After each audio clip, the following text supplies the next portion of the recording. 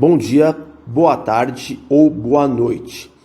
Olá, tudo bem com vocês? Meu nome é Adriano Vretaro, sou preparador físico de alto rendimento e estamos aqui hoje para falar sobre preparação física no basquete, preparação física direcionada especificamente para os jogadores de basquete.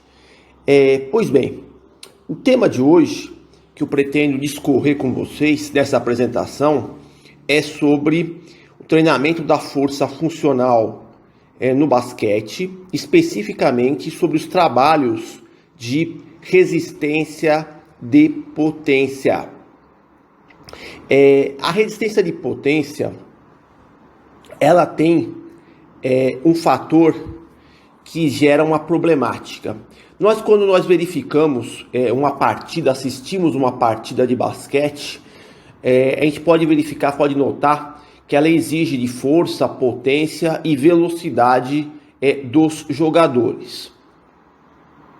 A grande maioria dos preparadores físicos e também de alguns jogadores pensar muito no desenvolvimento da potência. Por exemplo, a melhoria da impulsão vertical, o quanto aquele meu atleta de basquete pode saltar verticalmente, que está relacionado à questão da potência, de ganhos de potência. Todavia, parece que a resistência de potência nessa equação parece acabar sendo negligenciada.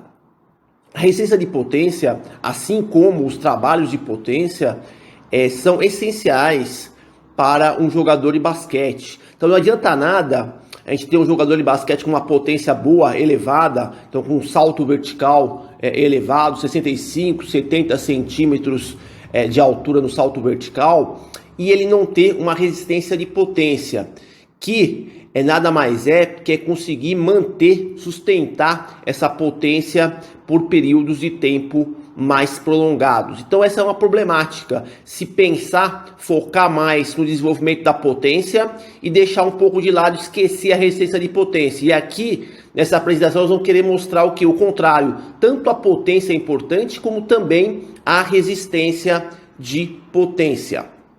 E para isso, a gente precisa começar a tentar entender sobre a resistência de potência. Então, uma definição de resistência de potência.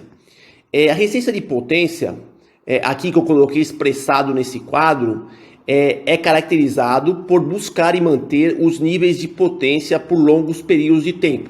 É uma potência sustentável.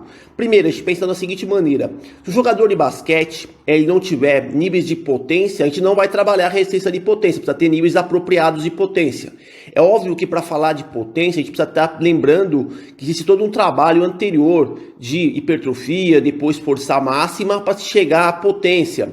E por último, após a potência, adentraríamos no trabalho de resistência de potência. Então, o atleta não tiver níveis de força máxima apropriados, ele não vai poder desenvolver a potência na sua expressão total. E sem níveis de potência, a gente também não vai fazer o trabalho de resistência de potência adequado. Então o que seria a resistência de potência? A manutenção dos níveis de potência por longos períodos de tempo. Isso a gente pode explicar, vai explicar mais adiante como funcionaria isso na prática. Essa aqui é uma introdução inicial acerca da definição de potência. A resistência de potência, os trabalhos de resistência de potência, eles solicitam da fibra de contração rápida, tipo 2A e tipo 2B. Essas fibras de contração rápida, elas têm algumas características peculiares. Por exemplo, a alta sensibilidade à fadiga, diferentemente da fibra tipo 1. A fibra tipo 1, de contração lenta, ela suporta trabalhos de baixa intensidade e longa duração. E a fibra tipo 2, ela é mais requisitada em trabalhos de movimentos explosivos, de curta duração e alta intensidade. Também a outra problemática dessa fibra tipo 2, fibra rápida, é o baixo teor de mioglobina, diferentemente da fibra tipo 1, que é rica em mioglobina. E também essa fibra tipo 2, fibra rápida, ela possui também poucas mitocôndrias. Isso é uma questão particular para se pensar quando vai se trabalhar resistência de potência. Nós estamos lidando com fibras rápidas. Vamos dar um avanço nisso daqui. Um exemplo para a gente poder explicar melhor acerca da resistência de potência na prática, como que eu vou ministrar um exemplo interessante na prática para o jogador de basquete. Então vamos imaginar a seguinte situação. Temos lá um jogador de basquete que salta. A partida de basquete, como vocês bem sabem, é constituída de 4 quartos. Cada quarto é constituído de 10 minutos. Então temos lá, vamos imaginar hipoteticamente que o nosso jogador de basquete salte uma altura, no primeiro quarto, salte uma altura de 53,1 centímetros, correto? E lá, com o efeito da fadiga do segundo quarto, terceiro quarto, lá no final do quarto quarto, esse mesmo jogador, ele vai estar saltando uma altura de 44,7 centímetros, com uma perda de 15,8%. E, por outro lado, nós temos um jogador que foi treinado na resistência de potência, seria uma segunda hipótese.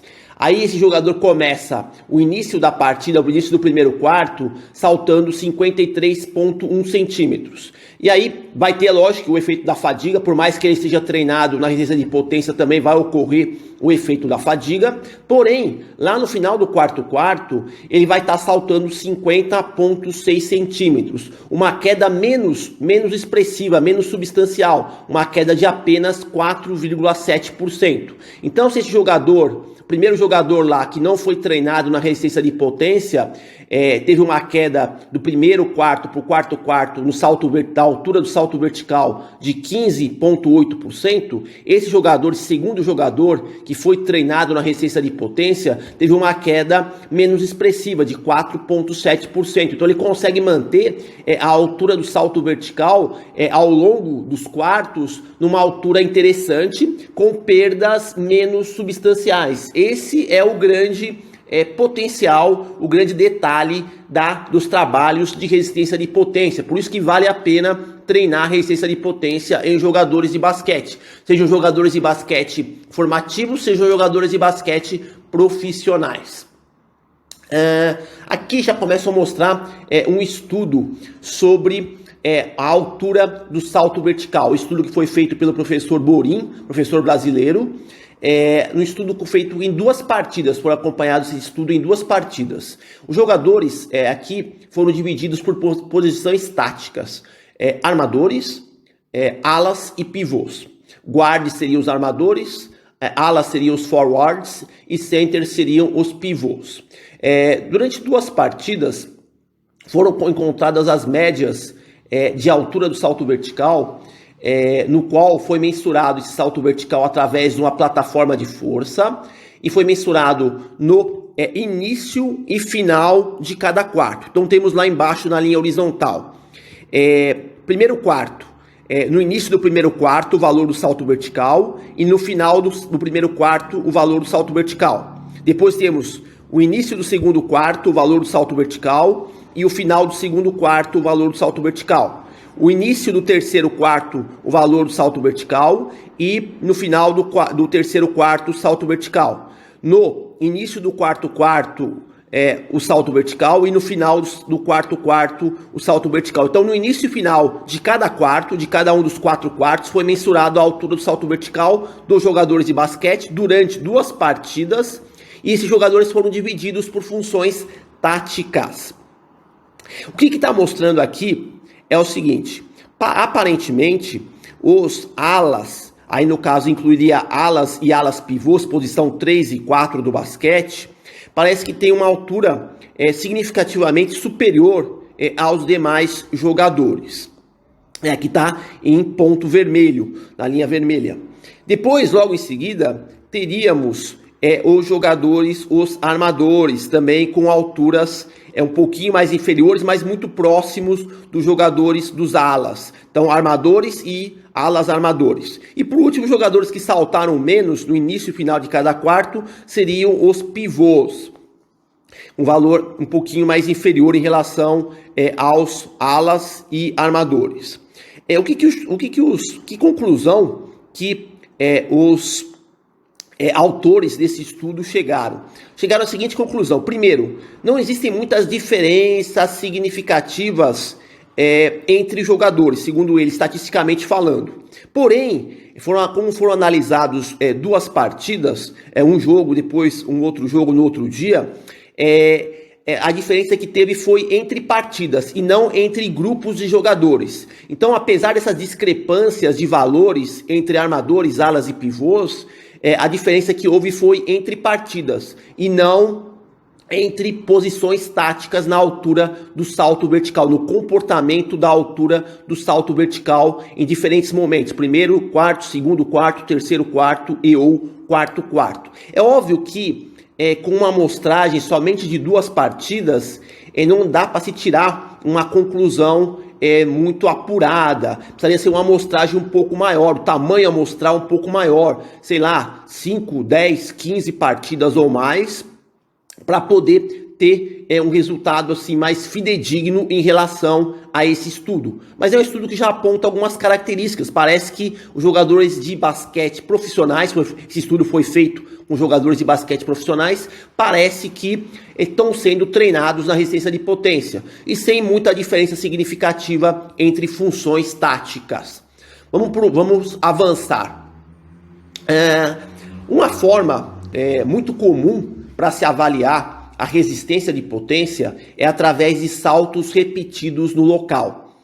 Então, vamos explicar um pouquinho sobre como é feito esses testes de saltos verticais repetidos no local. Então, o jogador de basquete é usado uma plataforma de força ou um tapete de salto. O jogador de basquete se posiciona em cima dessa plataforma de força ou tapete de salto e realiza lá por um determinado protocolo de tempo pré-estabelecido, que pode ser de 15, 30, 60 ou até 90 segundos, uma quantidade de saltos verticais. Então, vamos pegar um exemplo hipotético aqui. Vou imaginar que foi selecionado o protocolo de 30 segundos. E aí o jogador de basquete vai realizar nesse protocolo de 30 segundos uma quantidade máxima de saltos em cima dessa plataforma de força e vai ser mensurado duas variáveis: a quantidade máxima de saltos que ele consegue realizar durante 30 segundos e a altura de cada um desses saltos que ele realizou em 30 segundos. Isso seria um teste para mensurar resistência de potência. E para esse teste ficar melhor ainda, ele poderia ser filmado em dois planos de movimento: no plano frontal e no plano lateral. E por que isso? Porque vou imaginar a seguinte situação. Vou imaginar que um mês atrás você fez duas avaliações, num mês e no mês seguinte, certo? No primeiro mês você fez essa avaliação, o seu jogador, usando esse protocolo de 30 segundos, o seu jogador de basquete, ele saltou em 30 segundos 25 saltos em 30 segundos, certo? Você filmou esse salto de frente, no plano frontal e no plano lateral. E aí no mês seguinte, no mês subsequente, esse mesmo jogador foi fazer esse mesmo teste de 30 segundos, protocolo de 30 segundos, e saltou 29 saltos. Então, no primeiro mês ele saltou 25 saltos em 30 segundos, e no segundo mês ele saltou 29 saltos em 30 segundos. E você filmou esses saltos no plano frontal e lateral. Porque não adianta nada ele evoluir esses saltos de 25 para 29 de um mês para o outro em 30 segundos, se a qualidade biomecânica desse salto, a parte coordenativa e biomecânica desse salto tiver deficiente. Então ele tem que melhorar a quantidade de saltos por unidade de tempo no protocolo de teste pré-estabelecido, mas também com qualidade biomecânica do salto e com a qualidade coordenativa dos saltos. Então, são duas variáveis para se mensurar quando avalia a resistência de potência: a quantidade de saltos realizadas no determinado protocolo de tempo e também a altura de cada um desses saltos, que depois vai ser servido como forma de criar alguns indicadores que eu vou mostrar mais adiante. Então, vou falar um pouquinho desses protocolos que eu mencionei, né? Protocolos de 15 segundos, 30 segundos, 60 segundos ou 90 segundos, como o teste de Venegas, que eu vou mostrar mais adiante. Então, aqui nesse slide que vocês estão verificando, no protocolo de teste de 15 segundos, salto contínuos em 15 segundos, saltos repetidos ou saltos contínuos de 15 segundos, ele mensura especificamente a potência anaeróbia de curta duração. Seria a via anaeróbia alática, a via dos fosfogênios. Nos saltos contínuos, saltos repetidos de 30 segundos, você está avaliando a potência anaeróbia glicolítica, potência anaeróbia lática. E nos saltos contínuos de 60 segundos, você vai estar avaliando a potência anaeróbia mista, tanto a glicolítica como a aeróbia, correto? Então, você deve saber qual protocolo de tempo você estabelece e que tipo de manifestação da potência você está avaliando no seu atleta, no seu jogador de basquete. Aqui é um estudo feito com saltos contínuos durante 30 segundos, durante um macrociclo, durante uma temporada, com 13 jogadores de basquete masculinos adultos. O que está mostrando esse gráfico aqui? Primeiro, duas variáveis que eu mencionei. A quantidade de saltos, que está em azul, e a média de altura de cada um desses saltos que foram realizados. Então temos lá, em alguns momentos, foram avaliados na temporada em 5 momentos, certo? O momento 1, que está em P1, seria o período preparatório. O P2, segundo momento, foi o início do período competitivo. O P3 seria o final do período competitivo. O P4 seria os playoffs. E o P5 seria o período de transição. E aqui vocês vão verificar, então de azul é a quantidade de saltos e de verde é a altura média da altura do salto vertical. O que o autor encontrou nesse estudo? Ele encontrou que onde ocorreu diferenças significativas mais relevantes nesse estudo. No início do período competitivo e nos playoffs. Foram momentos em que houve diferenças significativas e ganhos na quantidade de saltos verticais realizados e também uma diferença não muito significativa, mas também de melhoria na altura média do salto vertical. Então, lá no início do período competitivo, no P2, nós temos uma quantidade de 41 saltos em 30 segundos. E lá no playoffs, ele já estava realizando em 30 segundos, 45 saltos. Uma diferença de 4 saltos a mais. E na altura do salto vertical, ele saltava 29,8 centímetros no início do período competitivo, e nos playoffs ele estava saltando 29, esses atletas, né, estavam saltando 29,1, esses jogadores de basquete. Essa diferença é estatisticamente significativa. Está mostrando o quê? Que essa periodização, aparentemente, a gente pode dizer, foi edificada, construída, muito bem elaborada. Porque os atletas, né, jogadores de basquete, saíram do período preparatório, período de pré-temporada, e adentraram no início do período competitivo com valores significativamente, relativamente bons, tanto na quantidade de saltos como na altura do salto vertical em níveis de resistência de potência. E quando adentraram nos playoffs, também estavam com valores significativamente superiores. O pico de desempenho ocorreu, teoricamente, nos playoffs, quando eles estavam conseguindo realizar uma quantidade significativamente superior de saltos e também um valor mais ou menos homogêneo em relação ao início do período competitivo na altura do salto vertical.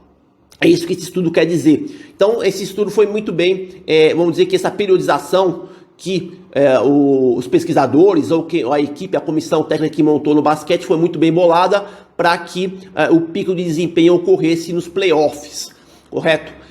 Vamos avançar. Um outro estudo também, dessa vez com um protocolo de tempo de 60 segundos, saltos contínuos, saltos verticais contínuos, um teste de salto vertical contínuo em 60 segundos, com jogadores de basquete formativos, idade mais ou menos aproximada de 16 anos. O que está mostrando isso aqui?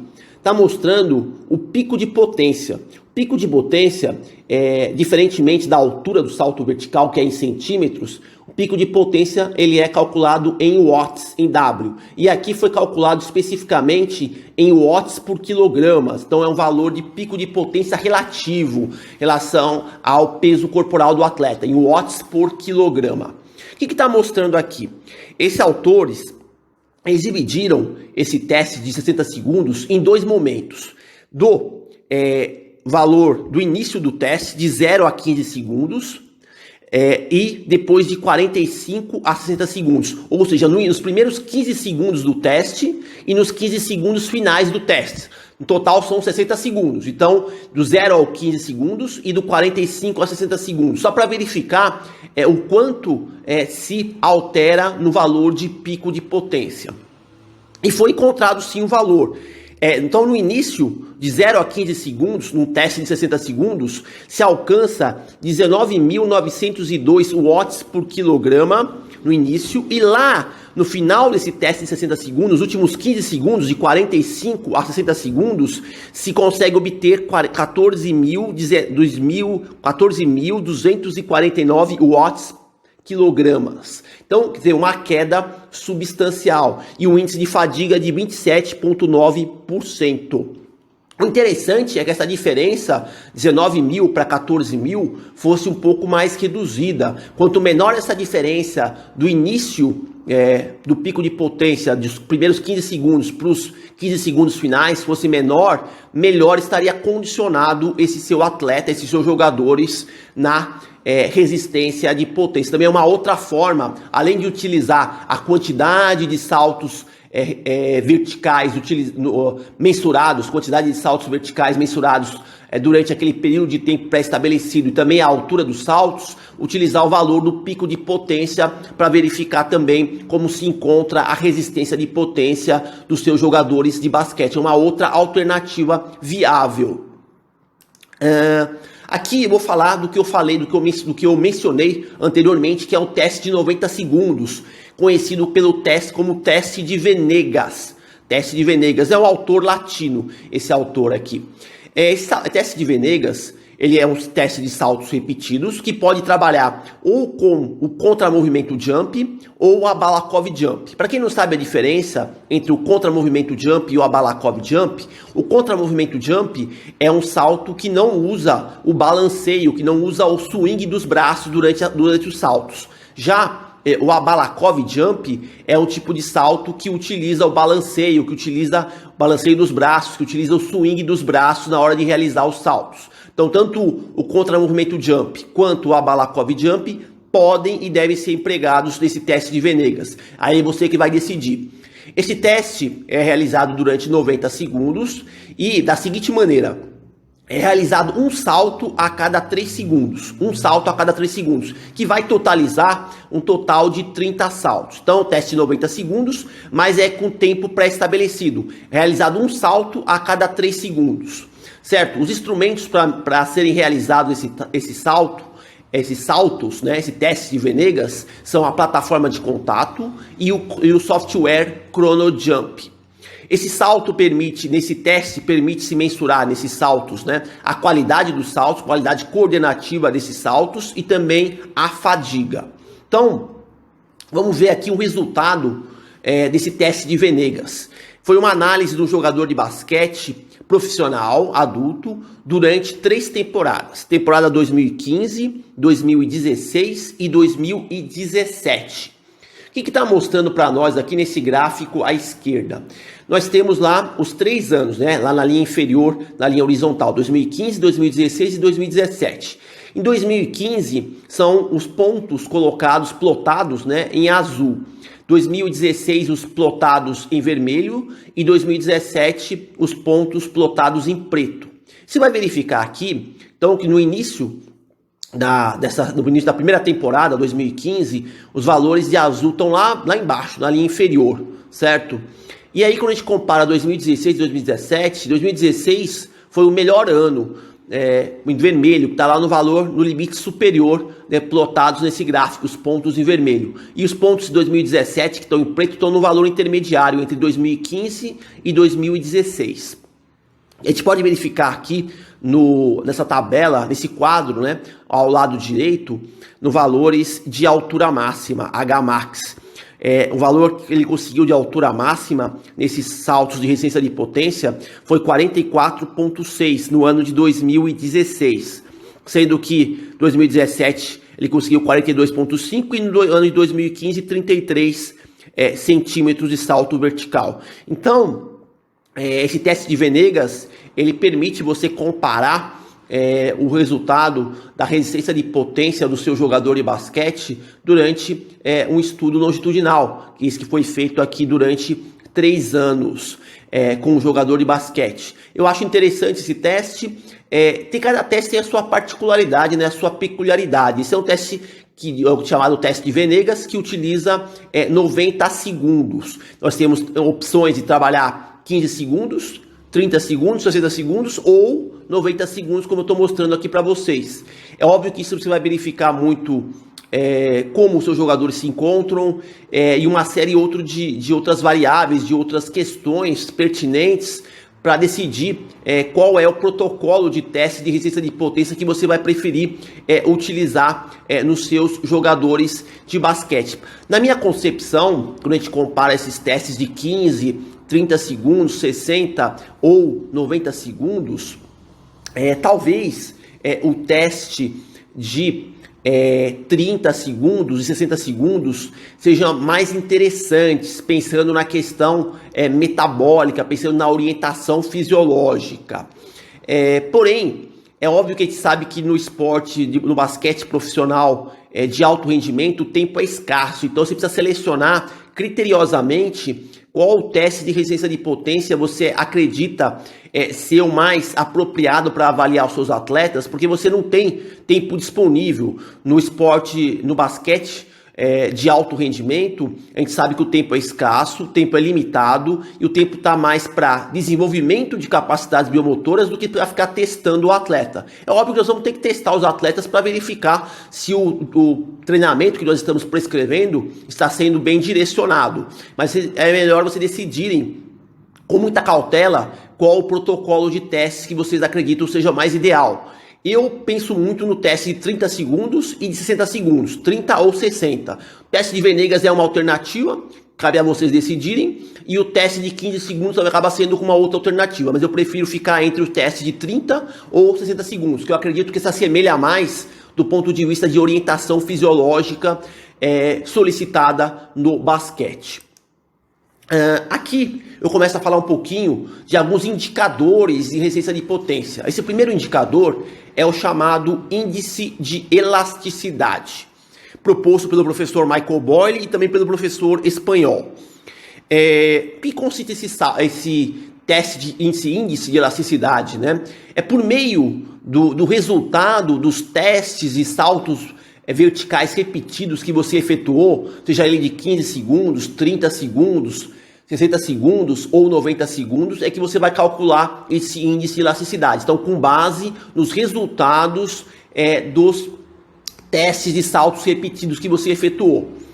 E aqui a gente vai pegar com base não na quantidade de saltos que ele realizou no teste, mas na altura desses saltos verticais.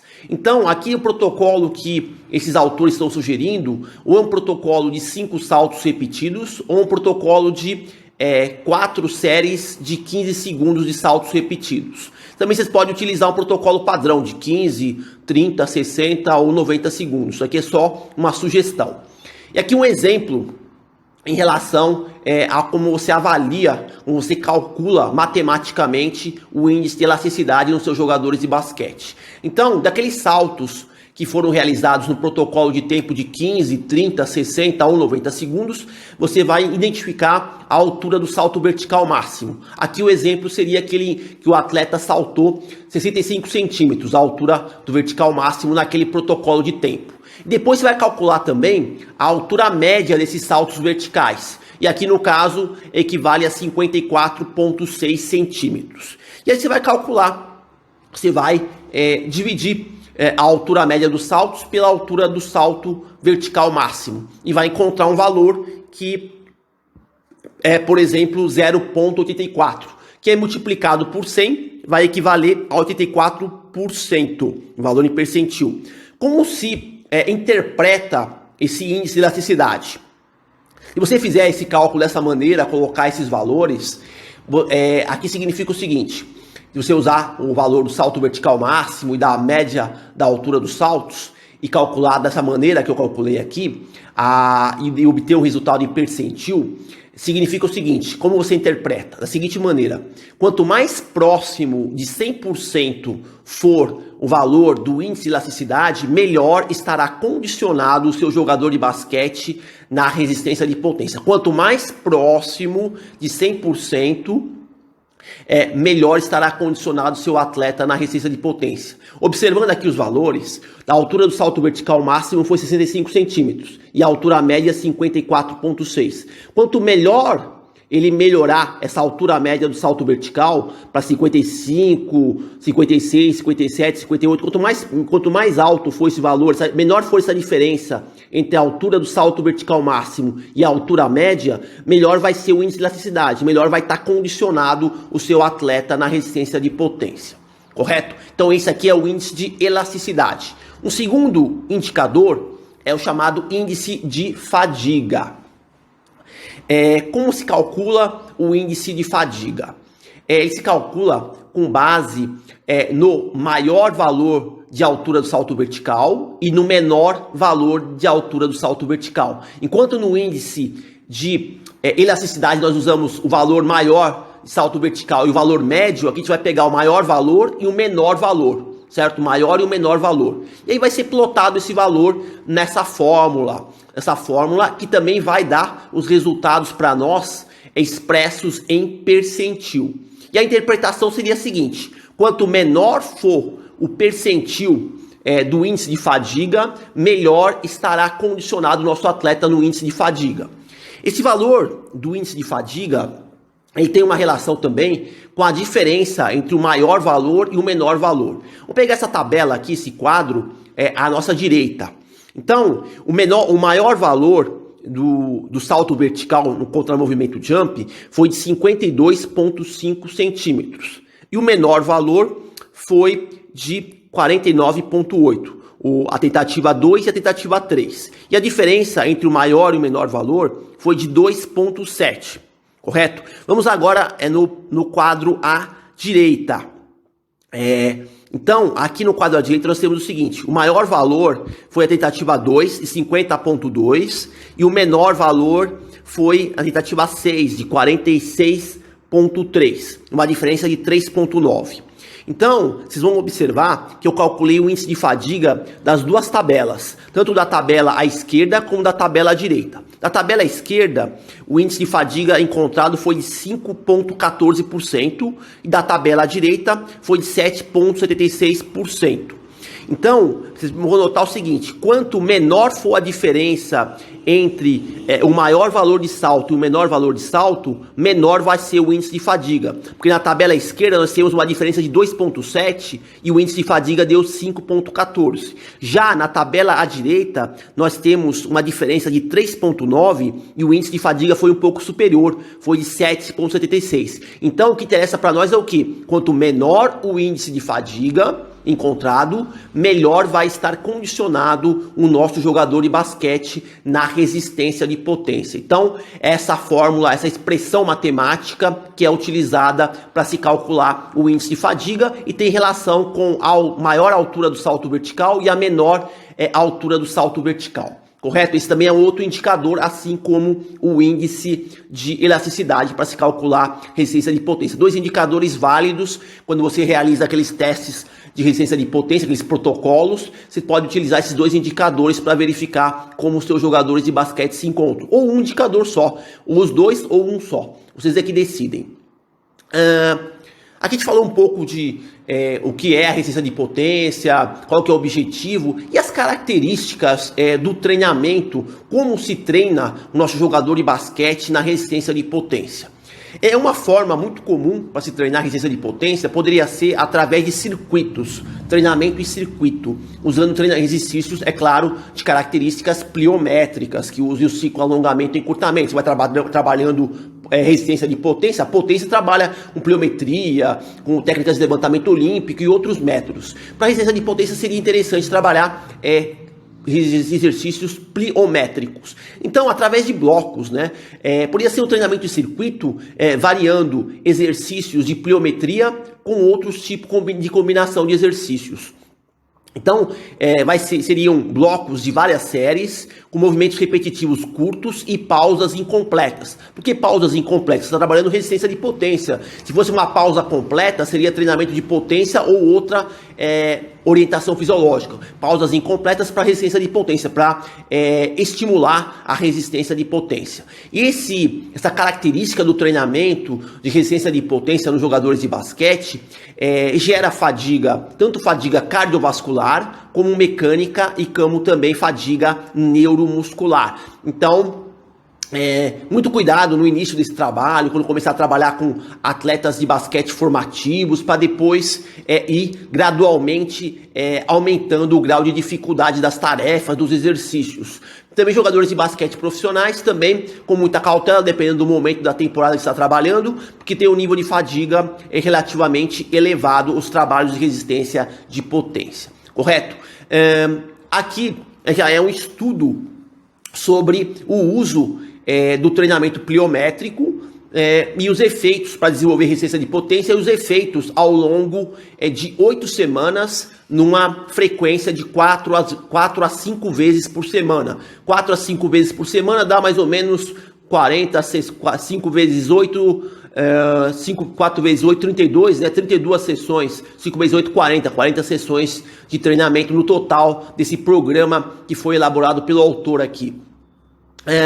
Para avaliar esse treinamento pliométrico que objetiva a resistência de potência, foram utilizados saltos repetidos, o squat jump, numa plataforma de força. E o que nós temos aqui de resultados nesse estudo aqui? Em azul, a quantidade, o número de saltos que foram realizados; de vermelho, a altura média dos saltos em centímetros; e em laranja ou amarelo, aqui amarelo, vamos dizer assim, a potência total em valores relativos, em watts por quilograma. Então, foram comparados dois grupos: um grupo experimental, que foi submetido, grupo intervenção, que foi submetido ao treinamento pliométrico durante 8 semanas, e o grupo controle, que só treinou o treino regular de basquete. E é óbvio, né, que já está mostrando aqui, o grupo experimental mostrou, tanto no pré e no pós, mostrou resultados superiores em relação ao grupo controle. Então, no pós-resultado, após as 8 semanas, o grupo experimental foi superior ao grupo controle. O quanto? No número de saltos verticais, um aumento de 3,63. Na altura média dos saltos, um aumento de 2,06. E também na potência total, um aumento de 200,27. Então, quando a gente compara o grupo experimental com o grupo controle, vamos comparar o seguinte: número de saltos. O grupo experimental teve melhoria de 3,63 saltos, e o grupo controle teve uma piora de menos 1,88. Olha só a diferença. Na altura média dos saltos, enquanto o grupo experimental melhorou 2,06, a altura média do grupo controle foi de mais 0,25, muito inferior. Também na potência total, enquanto o grupo experimental foi de 200 watts, a melhoria, no grupo controle foi de mais 20. Então, a superioridade do uso do treinamento pliométrico para melhoria da resistência de potência, através de saltos repetidos, mensurados, né, através do protocolo de saltos repetidos em jogadores de basquete. Então, dá para se ver que uma intervenção usando o treinamento pliométrico, por exemplo, como eu sugeri, através de circuitos, seria uma estratégia efetiva para melhorar a resistência de potência no basquete.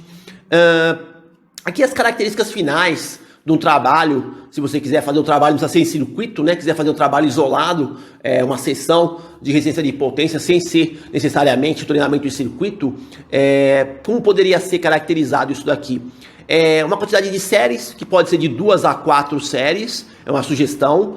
Repetições de 10 a 15 repetições, uma intensidade que pode variar de 30 a 55% do máximo. uma pausa entre séries de 2 a 3 minutos, uma pausa entre repetições de 30 a 60 segundos, e a velocidade de execução é óbvio, velocidade de execução rápida, né? Estamos trabalhando resistência de potência e resistência de potência são velocidades de execução, exigem velocidades de execução rápida.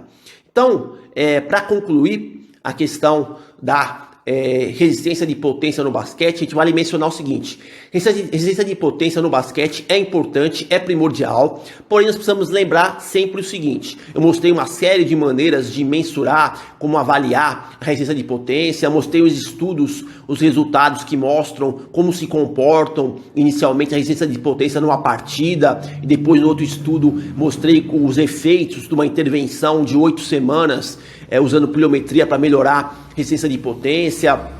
Então, a gente precisa lembrar o seguinte: resistência de potência é importante. Como eu mostrei lá, o jogador de basquete consegue sustentar ao longo dos quartos o valor com uma queda menos expressiva na altura do salto vertical. É interessante. Já pensou se o jogador de basquete conseguir sustentar durante os 4 quartos um valor relativamente estável de salto da altura do salto vertical, ele sem perda substancial? É vantagem, porque o salto vertical é fundamental, é uma habilidade motora importantíssima no basquete. O jogador de basquete que não sabe saltar e não tem um salto vertical bom, ele não joga basquete no alto nível, correto? Então, se o jogador de basquete conseguir sustentar a altura do salto vertical ao longo dos quartos, sem perda muito expressiva, a perda sempre vai ocorrer porque tem um efeito da fadiga, mas sem nenhuma perda muito substancial, o jogador vai estar bem condicionado na resistência de potência. Então, os trabalhos de resistência de potência são fundamentais, devem ser exercitados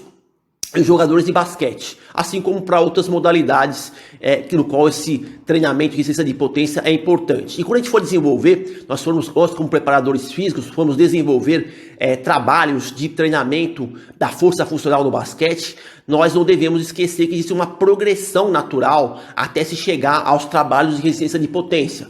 Começa pelos trabalhos de hipertrofia, passa pelos trabalhos de força máxima, adentra nos trabalhos de potência e finaliza com os trabalhos de resistência de potência.